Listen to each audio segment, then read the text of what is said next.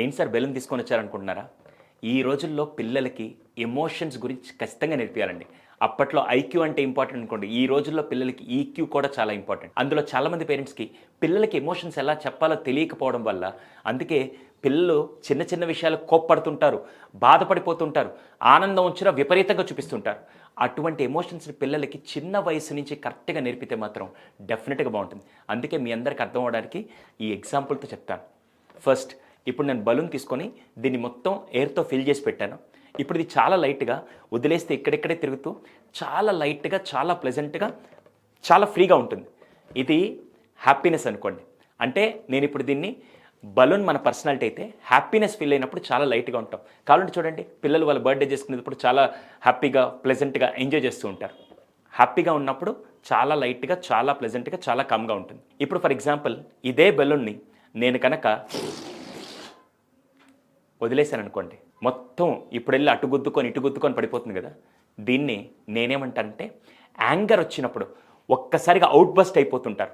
Out bust అయిపోయి ఏమి మాట్లాడుతున్నారో తెలియదు, ఎందుకు అరుస్తున్నారో తెలియదు, ఏమి రియాక్ట్ అవుతారో తెలియదు, ఈ గోడకేసి కొట్టుకోవడం, వస్తువులు ఇసిరేయడం. షార్ట్ టెంపర్ పనికిరాదు. పెద్దవాళ్ళు చెప్తూ ఉంటారు, కోపం వచ్చినప్పుడు 1 నుంచి 10 అంకెలు లెక్కబెట్టి నీ కోపం తగ్గిపోతుందని. ఇప్పుడు అదే బెలూన్ నేను స్లోగా 1 to 10 లెక్క పెడుతూ స్లోగా ఎయిర్ వదిలేను అనుకోండి, డెఫినెట్గా అది అక్కడ చాలా ప్లెజెంట్గా ఉండిపోతుంది. అప్పుడు పిల్లలు ఏం అర్థం చేసుకుంటారు, కోపం వచ్చినప్పుడు అవుట్ బస్ట్ అవ్వకూడదు, దాన్ని ఇలా స్లోగా వెంట్ అవుట్ చేయాలి. ఇది సెకండ్ది.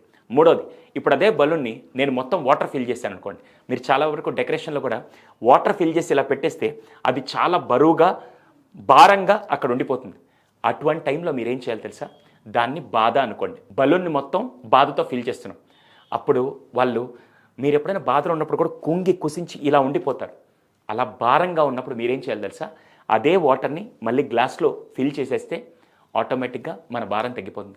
అంటే బాధలో ఉన్నప్పుడు అది నీ దగ్గరే పెట్టుకోకుండా, నీకు బాగా నచ్చిన వాళ్ళతో, ఎవరితో చెప్తే నీ బాధ తగ్గుతుంది అనిపిస్తావు వాళ్ళతో వెళ్ళి ఆ బాధని షేర్ చేసేస్తే నీ ఎమోషన్, నీ బాడీ, నీ పర్సనాలిటీ ఎంత బాగుంటుందని పిల్లలకి ఈ విధంగా మీరు నేర్పగలిగితే డెఫినెట్గా చాలా బాగుంటుందండి.